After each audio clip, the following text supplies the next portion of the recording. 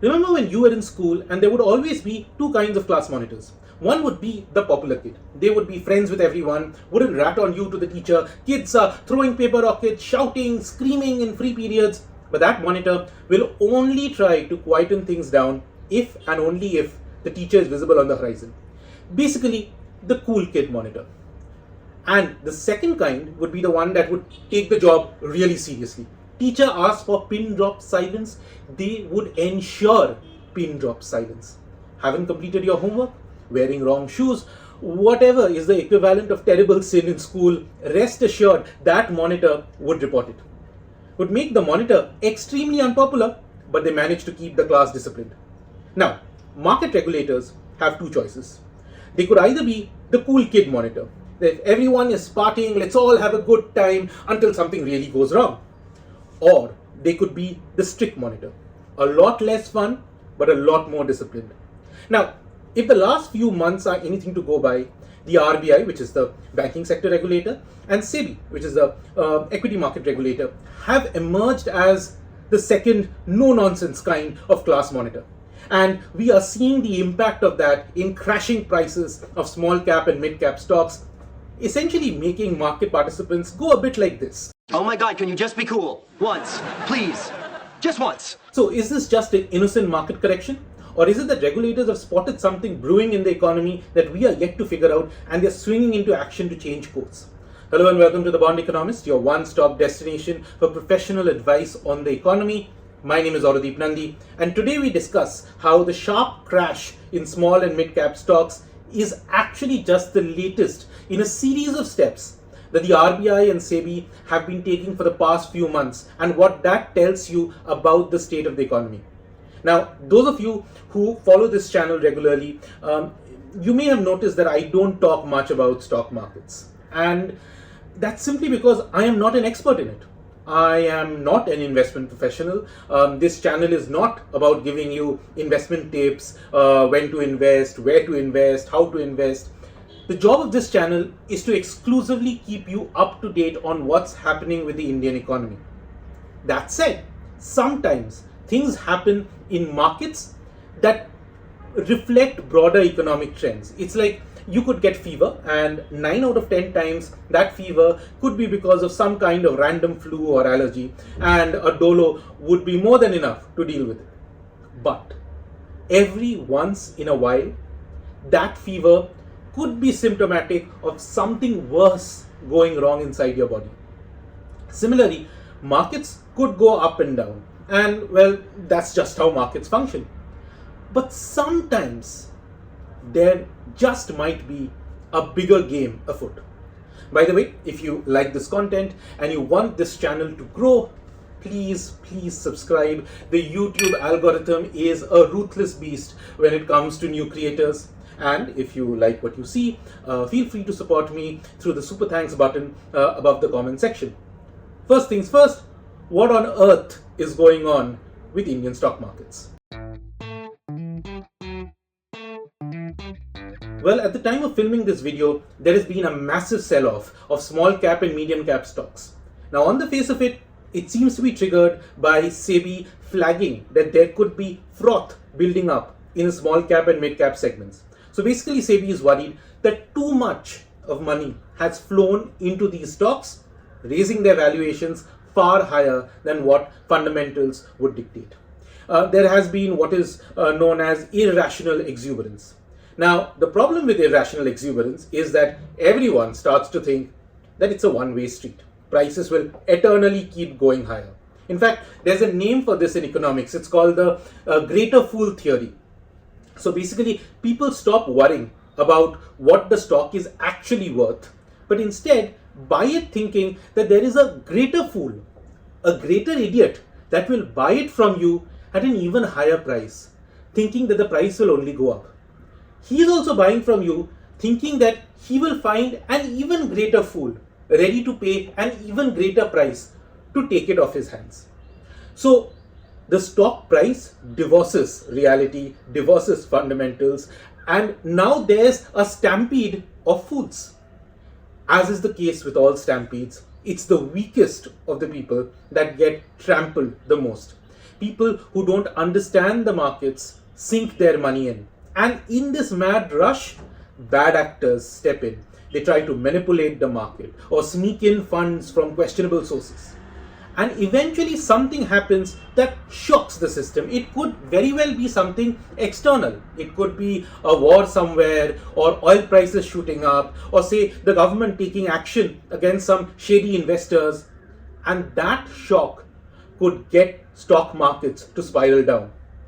Because while everyone was searching for the greater fool, no one wants to be the greatest fool. That is the one holding the stock that no one else wants to buy. So now the stampede is in the opposite direction. And people who have borrowed money, sold assets, put their livelihoods on the line just to be part of this rally, they find themselves badly hurt. And by the way, this story is probably as old as human civilization itself. It's been happening across centuries, across countries, across markets. There have been cycles of irrational exuberance followed by deep depressions. And it's the job of the market regulator to control these swings. Which is why when SEBI uses the word froth, please don't take it lightly.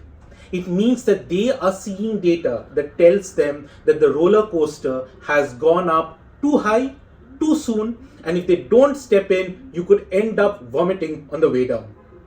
Consequently, SEBI has been forcing mutual funds to conduct stress tests, which is if you had to suddenly liquidate a big chunk of your small cap or mid cap portfolio, how long would it take for you to unwind it? Because the last thing that anyone wants is that a liquidity crisis in the company turns into a solvency crisis. So your money is locked up in assets that you can't sell off, and so you don't have the liquidity to manage your expenses. And now you have facing an existential solvency crisis. And then your investors get spooked, they withdraw money, and the earthquake goes from being a tremor to a tsunami. And the whole building, and as a matter of fact, the whole neighborhood comes crashing down. So investors could see problems with one mutual fund and then run away from other healthy mutual funds too, causing them all to topple. Hence it's called a stress test. That is, let's see what would happen in the worst case scenario. But that's one side of the story. What's the bigger economic issue afoot? Pay close attention to what the RBI has been doing for the past few months. But before that, a quick refresher. There are broadly two kinds of regulated lenders in the economy: banks and shadow banks. So that's non-bank finance companies or NBFCs, housing finance companies, microfinance institutions, fintechs. They're all part of the shadow bank universe. Now, the key difference between banks and shadow banks, in a nutshell, is the regulatory burden that they are subjected to. Since banks are allowed to get deposits from the public, they tend to be heavily regulated by the RBI. Most NBFCs are not allowed to get public deposits. So they essentially borrow from the market, they borrow from banks and then lend to whoever they like. And generally have been attracting lower regulatory burden from the RBI. And the looser leash has helped them to run ahead, be nimble, penetrate markets. So for instance, when you're shopping in Chroma and you're about to buy a washing machine, there's usually that Bajaj Finance guy in a tie and clipboard trying to convince you for a zero-cost EMI loan. So shadow banks are out there to support demand for loans by customers that banks may struggle to reach. But lately, it is precisely this that the RBI has been getting worried about. That Indians are getting too addicted to unsecured, easily available credit, and some of that money is going to parts of the economy that are frothy. And the RBI has been tightening the screws slowly and steadily since the end of last year. Aap chronology samjhiye.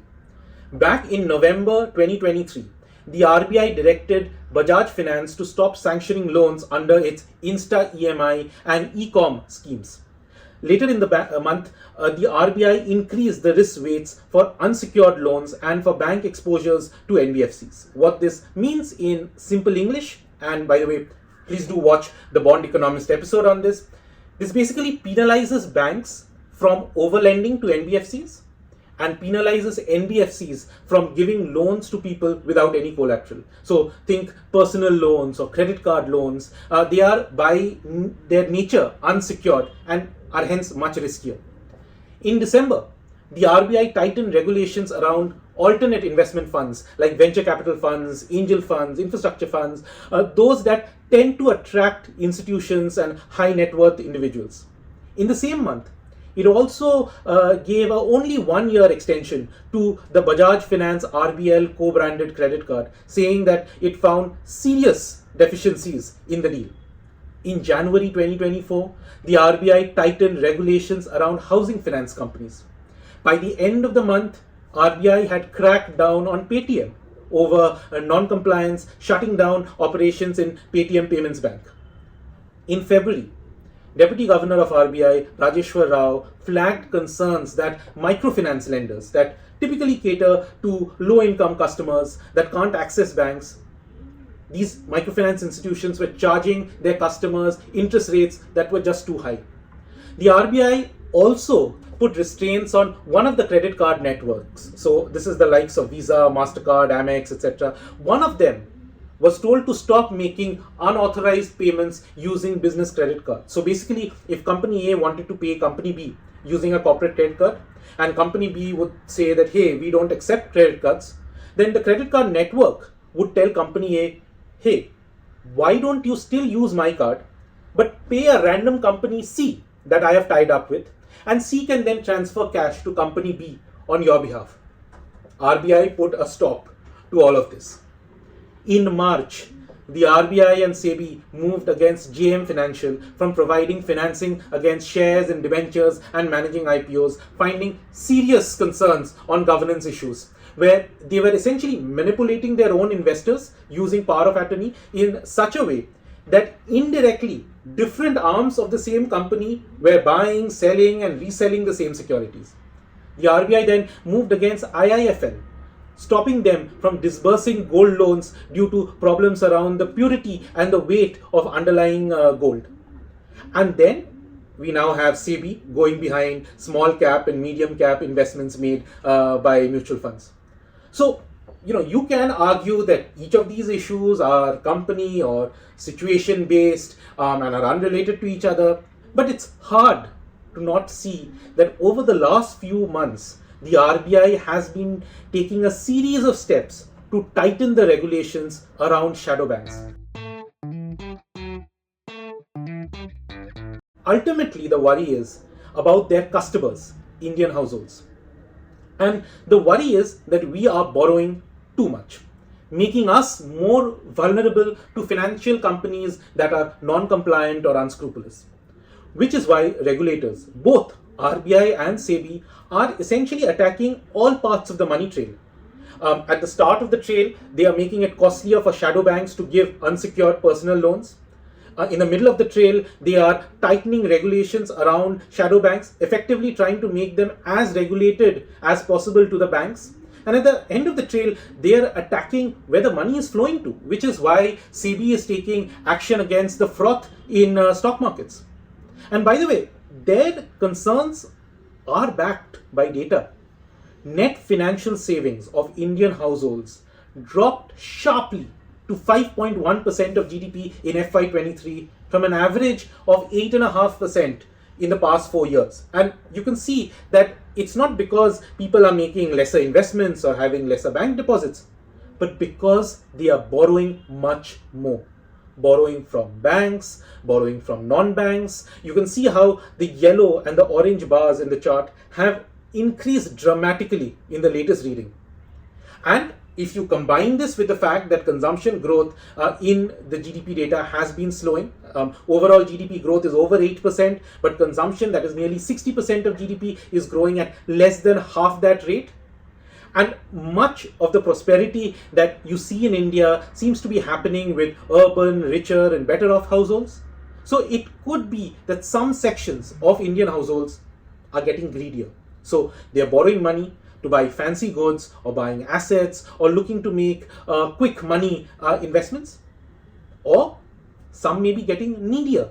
So they are buying things on credit cards and taking personal loans because their incomes aren't enough. whatever be the reason, the RBI and SEBI are worried that people are getting their hands on easy credit, and they're worried that the institutions giving them that easy credit may not be running a tight ship. That markets where this easy money is flowing to may not sustain. And if even one of these places suffer from an accident, then it's enough to shake the whole system. So if you are concerned about SEBI and RBI tightening the screws, well, it almost seems as if they're just getting started. For more such insights, like, share and subscribe to The Bond Economist.